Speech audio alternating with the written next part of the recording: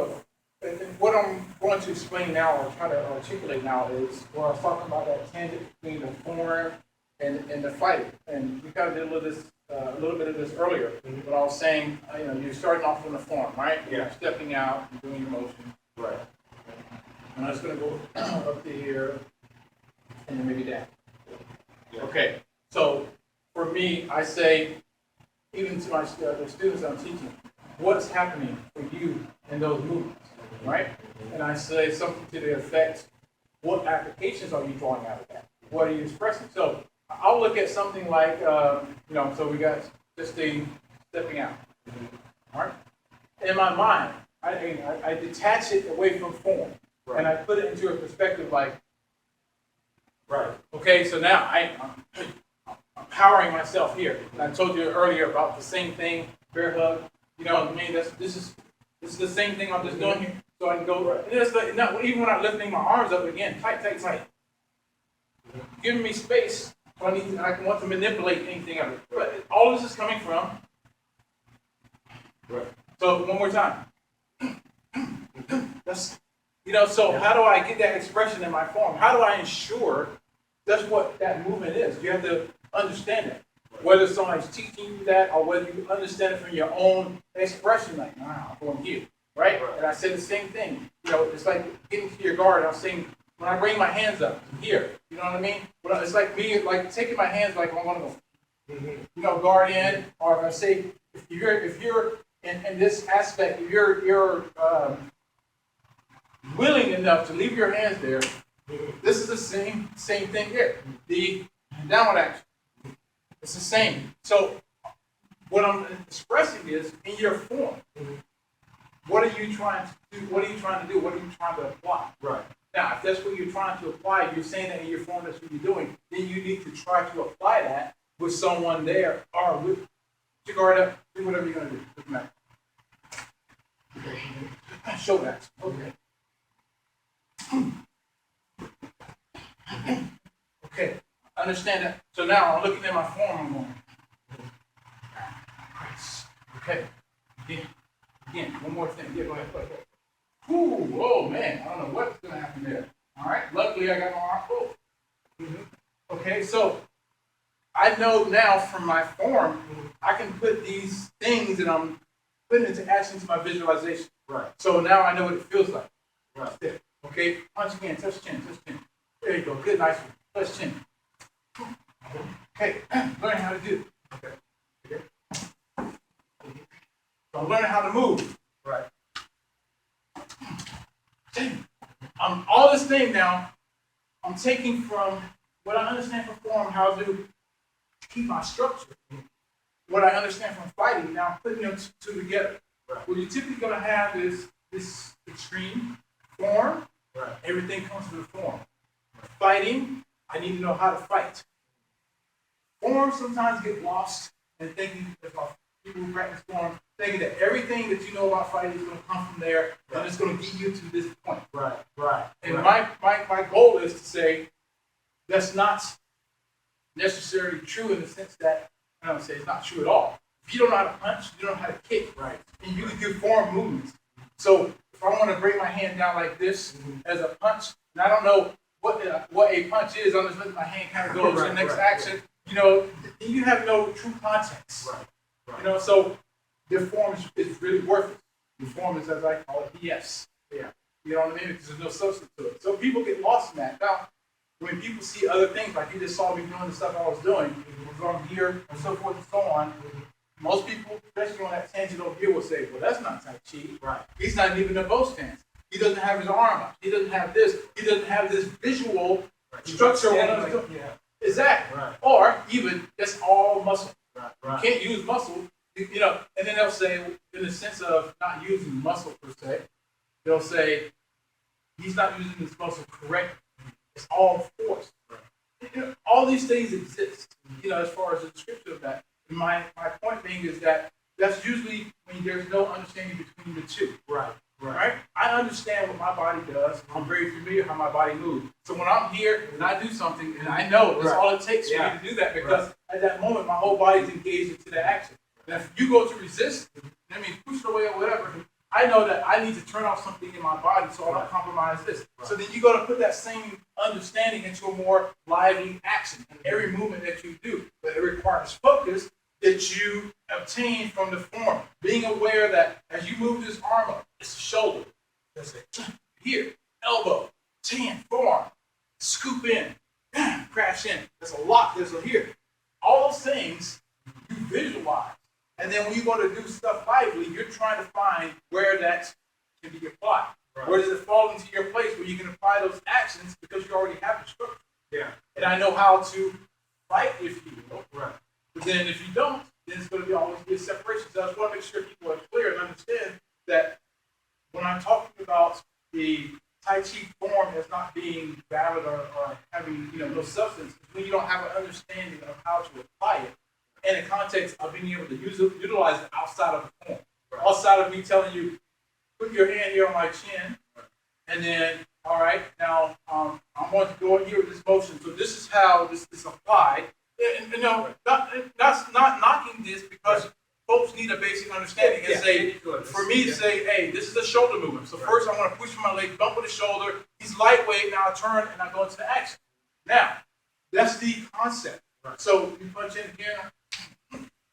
Without even having to express the movement of my hand, I can express that energy. Even though it wasn't exactly looking like this, it's still that same expression. Same expression of, you want to call it energy. Right. So folks have to sometimes take themselves out of the literal sense of the form and allow themselves to flow freely in a fighting expression, expressing the skill and the energy in a free environment. Yeah. There you go. Yeah, that's definitely something that will definitely require a lot of self-work. Self-work, pushing hands for me helps with hands. Yeah. And not just the sets of pushing hands, not just the freestyle, there's drills and things like that. Work on certain parts so you feel how your body responds. What does that other person feel like? What does that other human being, what does their body do when this happens? Right. Understand it. You think when somebody's teaching the 1, 2, and boxing, they're not teaching like, all right, if you throw your jab, here are the options that a person's going to do. They can palm it, they can go away from it, they can slip it. Right. So what are all the things, all the options you can do when you go here with this force? You know what I mean? So what's happening? And put that into your body. Right. So that when you know any of those parameters happen, your body's familiar with and aware of it and able to respond accordingly. Right. It's simple as that, in my eyes. Right. Right. And then whatever you sort of contemplate when it comes to visualizing any sort of combat that you place yourself in without, like, you don't have a partner, you visualize what kind of energy you could be receiving, a punch, a push, what have you, and then how you, the various ways of how you could respond with it.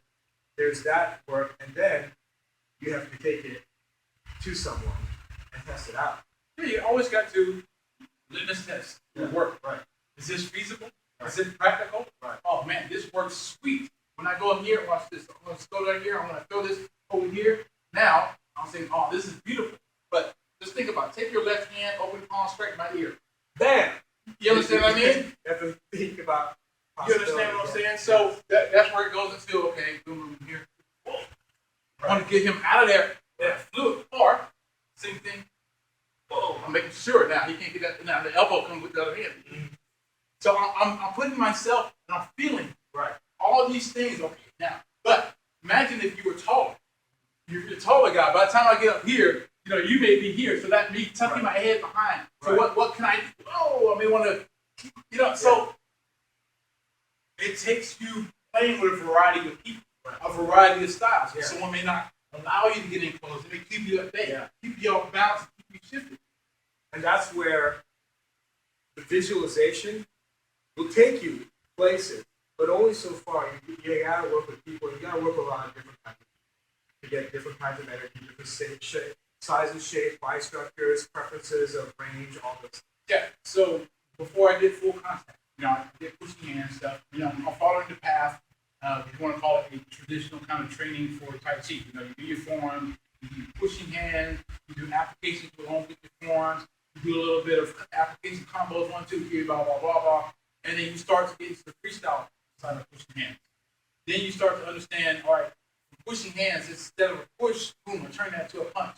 Boom, I'm locking here when the hand goes in. So you start to add a little bit more reality to your pushing hands, if you will. Then for me, at least for me and my other classmates, my teacher, Dave, said to us, like, okay, you want to do full contact. I'll show you this stuff and give you this here. A friend of mine owns a boxing gym. He has some boxers there. Go there and train with those guys, stuff that you do, and see how you fail. See how well what you do works in that environment. Because, they're going to be throwing punches at you. They don't know you, so they're not going to be thinking like, oh, no, this guy here is my classmate, like we are in the class. So test your skill out, and you tell me how it works. And that's what we did. We did it probably for a couple months before we even went into doing full contact, and it paid dividends. Yeah. I learned a lot. I learned about movement. I learned that no one's going to stand there for you. No one's going to stand there for you per se and let you come in. So if I go forward, they will go back, and then they will put a hand in your face. Yeah. So you have to learn. Okay, so they're not going to do the Tai Chi thing. Yeah, they're not going to be like this. Yeah. Right. So now, can you adapt to that? Can you apply your Tai Chi principles? All right, so he's going to keep moving back. Up. All right, so you grab him. You got gloves on. Right. Now, I do the same thing now with gloves on. Ooh. Hook. Look at. Ooh. Yeah. You see what I'm saying? So you start to learn how to adapt by your principle. Notice how I'm still making you bounce away from it. And having that little, you know what I'm saying? And feel where you at. So when you go to, say you want to go draw in, so you want to come over the top with that left. Left. Whoa. I can sense where that is. No. You know what I'm saying? Right. Just as an example. So you have to sometimes step outside of that realm to get a full picture. Right. Because you and I are doing the same thing or the same style, very predictable. I know what you're going to do. You know what I'm going to do. You know how I'm going to respond. Right. And the more that you become tied with your classmate, even, all those things become limited. Right. So go outside, even with Tai Chi, a different school, but then go outside your style. You know what I mean? And that doesn't mean just to go outside your style to see what people are doing and see how your style works against something else. If you can recognize that when you throw that jab, and I feel that, oh man, that's like hung when you throw your jab. Mm-hmm. Do it again? Okay, all right. So now for me, it's like, all right, so how do we properly throw that? So show me how you throw that jab. Go down. Okay. Okay, and I learned to fire my. Okay, all right. Now I added that understanding to my. You understand? Right. So you're applying these principles of Tai Chi right into the striking structure. Yes, sir. Yes, sir. So as an art, especially as a martial art, I'm going back to what I was saying before. A lot of these guys just start with one thing and say, okay, now I have everything in this one. Right. All their influence, all the people they came about, all the insight, like this person would say, you know what, for you, probably better just take a narrow stance, sit more weight here, forward as opposed to sitting back here. That'll work better for you. Turn your center more, tuck in more for you. You're a tall guy. Keep your distance, keep your range. So the styles don't have to be big. Right. So why is it not the same now? Why does everything have to be, this is the orthodox way, and this is it. This is the only way that it can be done and expressed. Because I can't think for myself of how I need to move. So it goes back to that same little thing, all the time. Take what you understand in form, but you have to be able to express it. Yeah. From your own understanding. Very cool. Awesome. Thank you. Oh, good, man. Thanks. Cool. There you go.